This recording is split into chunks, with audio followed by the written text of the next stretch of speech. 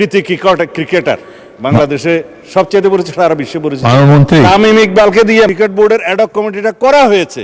Bangladesh cricket control বোর্ডের interim গভর্নমেন্টের সময় তৎকালীন ক্রীড়া উপদেষ্টা বাংলাদেশে যেগুলো রেজিস্টার্ড ক্লাব ছিল তাদের কাউন্সিলরদেরকে প্রভাবিত করে সরকারি ক্ষমতা প্রয়োগ করে একতরফাভাবে ক্রিকেট বোর্ডের একটা বোর্ডিং করা।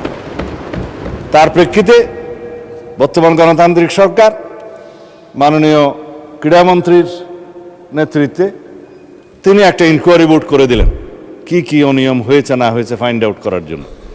সেই তদন্ত কমিটি রিপোর্ট প্রদান করার পরে তারপরে সেটা ডিজলভড হয়েছে। ডিজলভ হওয়ার পরে একটা ক্রিকেট কন্ট্রোল বোর্ড হয়েছে। কাকে দিয়ে হয়েছে? এই দেশের কৃতি ক্রিকেটার বাংলাদেশে সবচেয়ে পরিচিত, সারা বিশ্বে পরিচিত প্রধানমন্ত্রী তামিম ইকবালকে দিয়ে। মাননীয় স্পিকার, আমি জানি আপনার সময় নষ্ট করছি, কিন্তু ফর রেকর্ড আপনি জুলাই অভ্যুত্থান সুরক্ষা এটার উপর বলেন। ক্রিকেট কন্ট্রোল ক্রিকেট বোর্ডের অ্যাডহক কমিটিটা করা হয়েছে। আমরা এখানে কোনো বাপের দোয়া মায়ের দোয়া করি না।